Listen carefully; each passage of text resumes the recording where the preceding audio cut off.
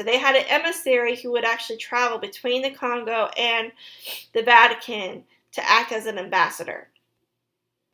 The population by the 1500s was around 500,000 people. And like the Native American tribes of North America, most of the nations in Africa were matrilineal. Remember that means matriarchy, right? Following the female line.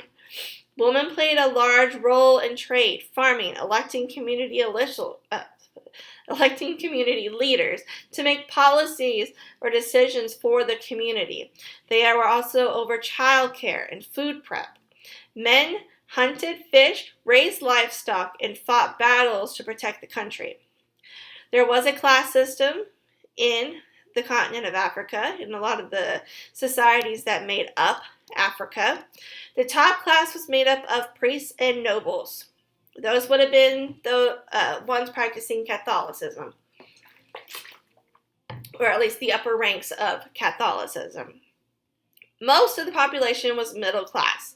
This is farmers, traders, craft workers, such as artisans, and merchants. If you're not sure what an artisan is, if you see this word here, art, they were the ones who did a lot of the painting, a lot of the pottery. They were artists.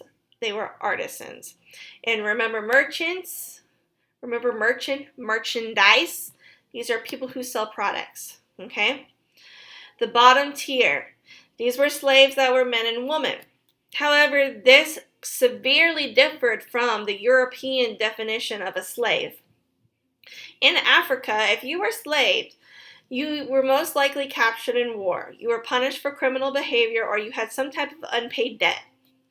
This enslavement was for a fixed amount of time. It was not lifelong. It was like whenever you go to prison for stealing. Your sentence is a certain amount of time. It is not lifelong. That was the same idea here. They kept certain rights. For example, they were able to marry. This was a huge deal.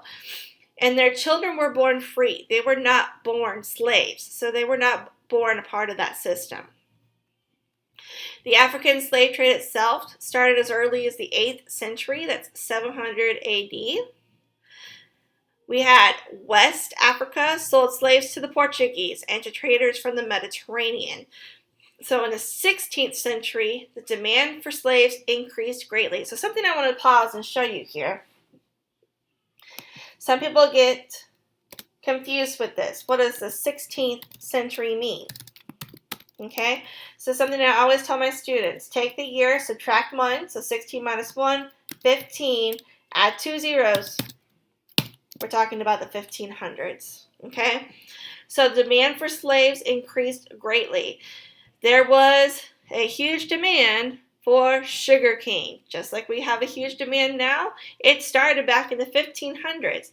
Sugar cane was notorious for being difficult to grow and very hard on those who grew it, because whenever you would grab the plant, it would cut your hand. It was a very, very vicious plant. So they needed more slaves to actually work the ground. So we had the production of the sugar cane. It started in the Mediterranean, eventually spread to Madeira, which is in the Mediterranean, or right by Africa, the Caribbean, and then into Brazil. Okay, and this will be a major player because in the Caribbean and the Brazil areas, slaves were extremely disposable in those areas. That's how their masters treated them. They were extremely disposable and they worked them hard. And a lot of that came because of the want for sugar cane. So, the African slave trade, remember, was first dominated by the Portuguese. The Dutch took over in the 17th century. I was thinking 1600s because I was already doing this in my head. Remember, again, I'm going to show you a couple more times. 17th century, take the number 17, subtract 1, that's 16. Add 2 zeros, 1600s, okay? And it was taken over by the English in the 18th century. Again, take the number, subtract 1, 17, add 2 zeros, 1700s, okay? Slavery spread to the North America and South America along with the Caribbean, so it was pretty much everywhere in the Americas at this point. So, the arrival of the English. Why did the English come over?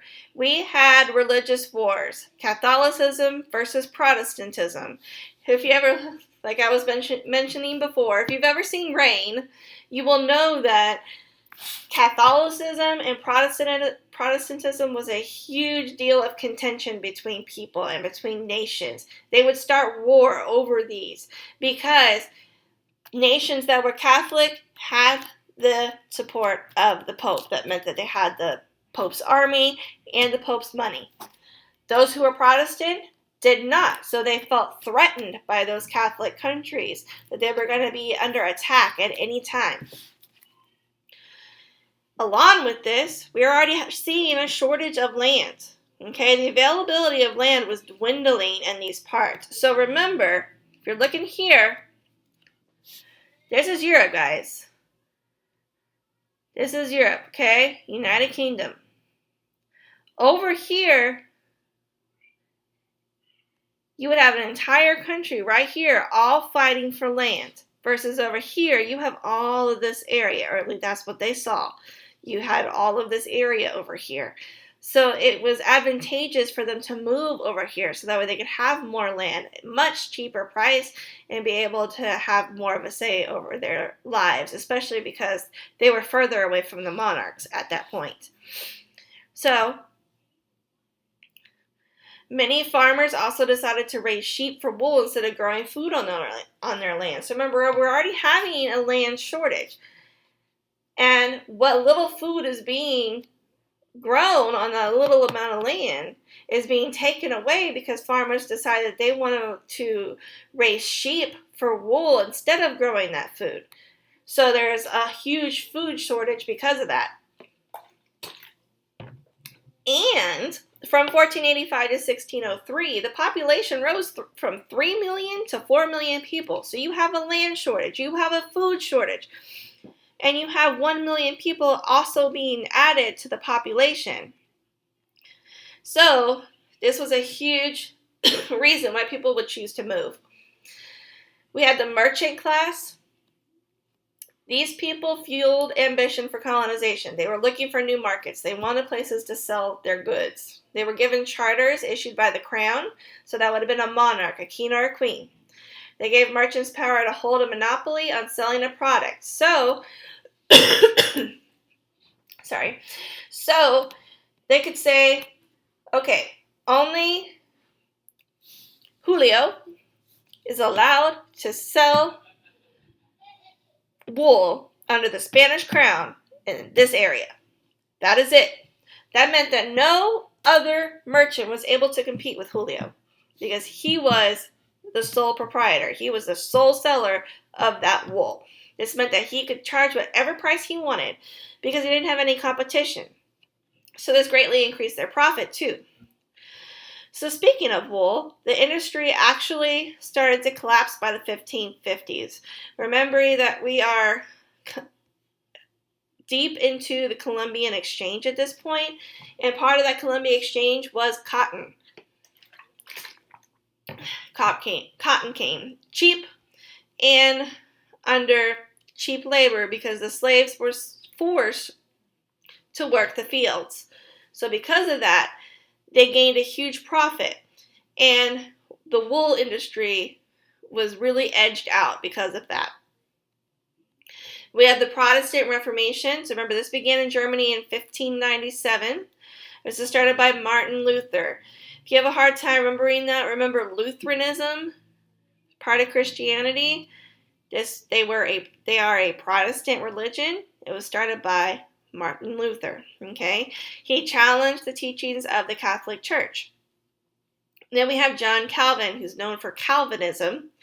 He challenged the church in Switzerland. He came up with this idea of predestination. What is that? This is the idea that you're already predestined to go to heaven or hell before you're even born. So the moment that you are created under God, God has already chosen whether you're going to go to heaven or hell. And he viewed this as there were signs to tell you which area you were going to go to. If your life was filled with purpose or you were of the upper class, you were predestined to go to heaven. If your life was viewed as meaningless, example being a servant or a peasant, you were predestined to go to hell. So in 1529, King Henry VIII of England breaks off the Catholic Church. This is the guy that had many, many wives and beheaded a lot of his wives. He decides to turn England Protestant. He wanted to do this because he could not divorce his wife under Catholicism. Under Catholicism at that time, you were not allowed to divorce. So he wanted to change to Protestantism so that way he could. The change of England from Catholicism to Protestantism, that's known as the English Reformation. He's reforming the religion. Queen Mary, she took over England after Henry VIII died. She was his Catholic daughter, and she realigned the nation with Catholicism once again. Then it swung back over under Queen Elizabeth I. After Queen Mary died, Queen Elizabeth, who was Queen Mary's sister, realigned England with Protestantism. And then you had King James. He took over after Elizabeth, and he's the son of Queen Mary. He levied arbitrary taxes. Basically, he could levy taxes whenever he wanted to. You make him angry, he could charge you taxes. You make his enemies or his comrades angry, he could charge you taxes. There was no rhyme or reason. He favored English Catholics when issuing charters and in religious preference to those Catholics, and he further angered the Puritans. Okay, so we're going to be talking about these guys a lot whenever we talk about the northern colonies.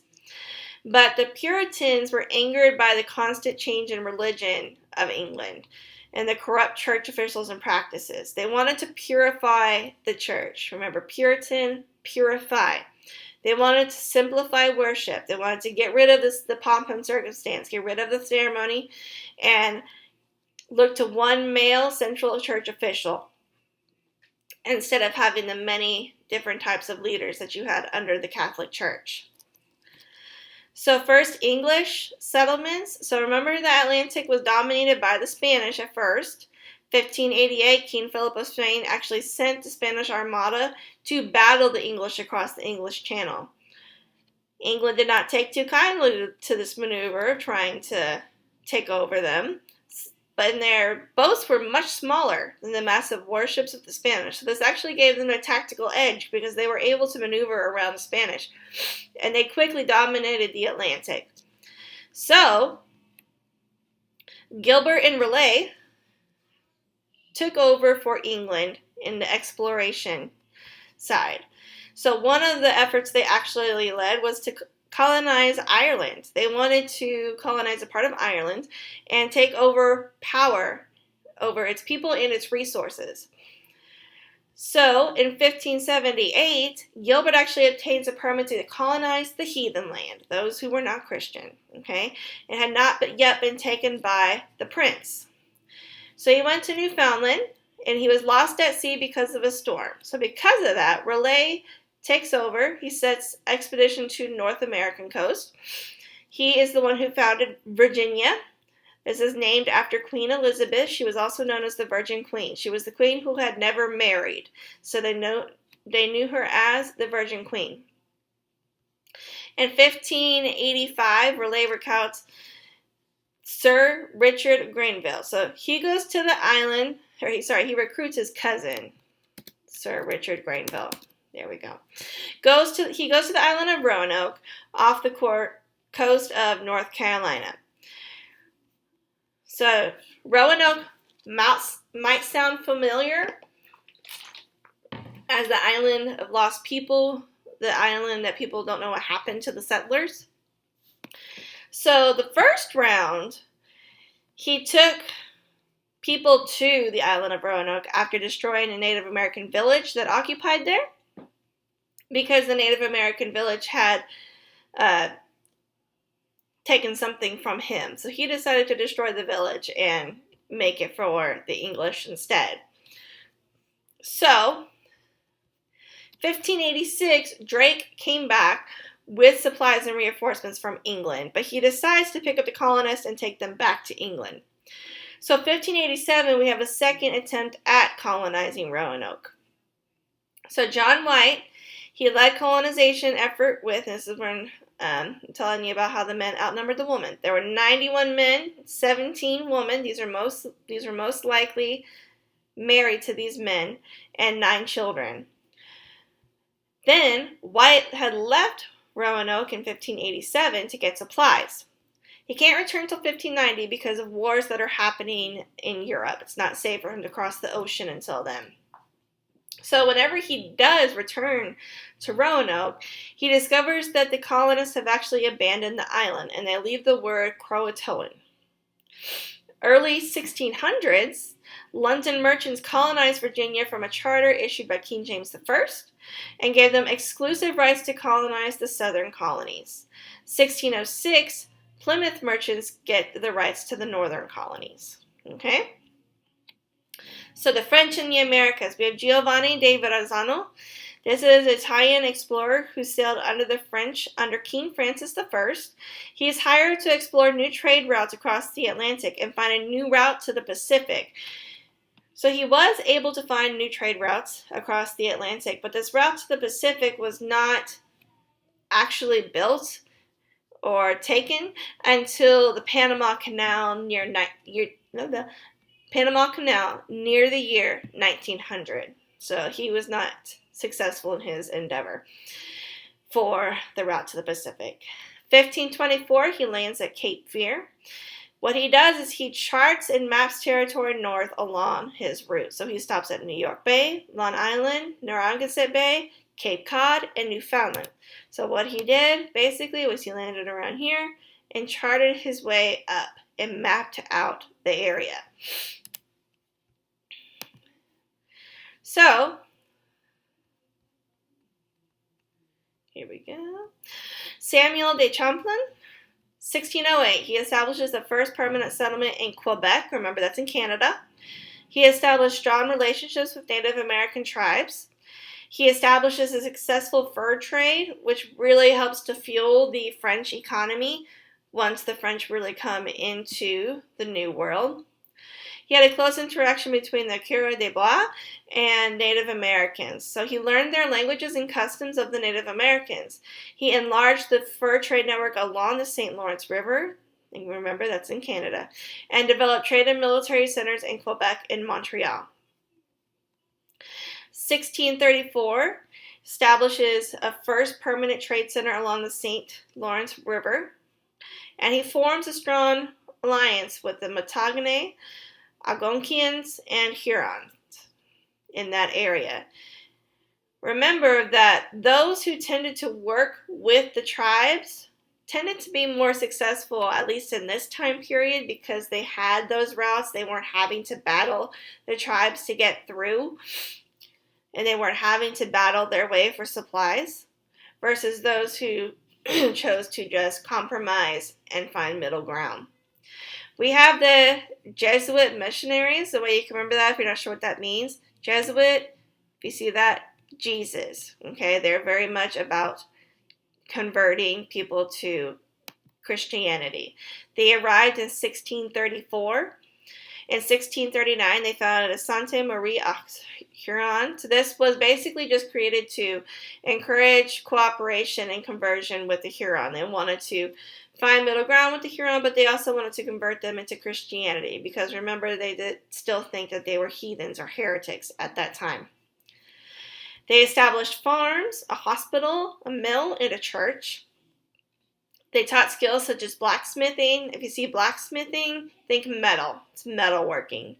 They learned the native language. So this is actually a huge thing, guys. If you're learning a native language, you are showing that you show respect for their culture and their customs, which would in turn gain their respect back and foster that relationship of cooperation. But the Huron only wanted to meet so far, of course, because they are being forced to change their way of life. So they actually pushed back efforts of forced conversion. They only wanted to do it on their terms. And they didn't want to become converted Frenchmen. They did not want to become Europeans. They wanted to stay as the Huron. So, Dutch in the Americas, last thing we'll talk about today. So, Holland, they were a leading nation in trade at this time. In the 1600s, they decided to move the trading center to the Americas.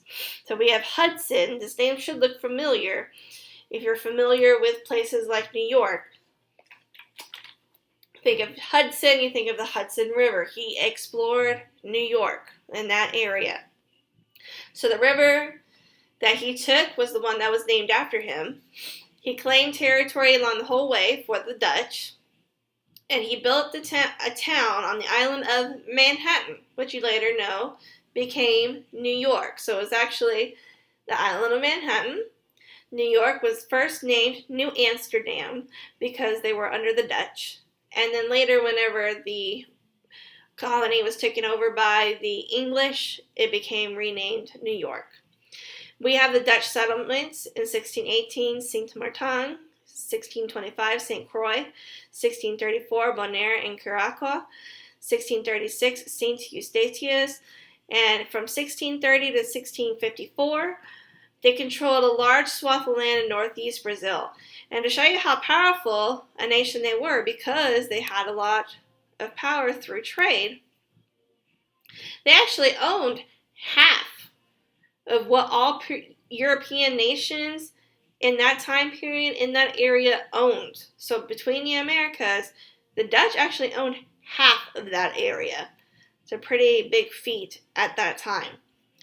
We also had the sugar trade introduced by the Dutch to Barbados, which is an English colony, and Barbados will later become a huge epicenter for trade among the sugar trade.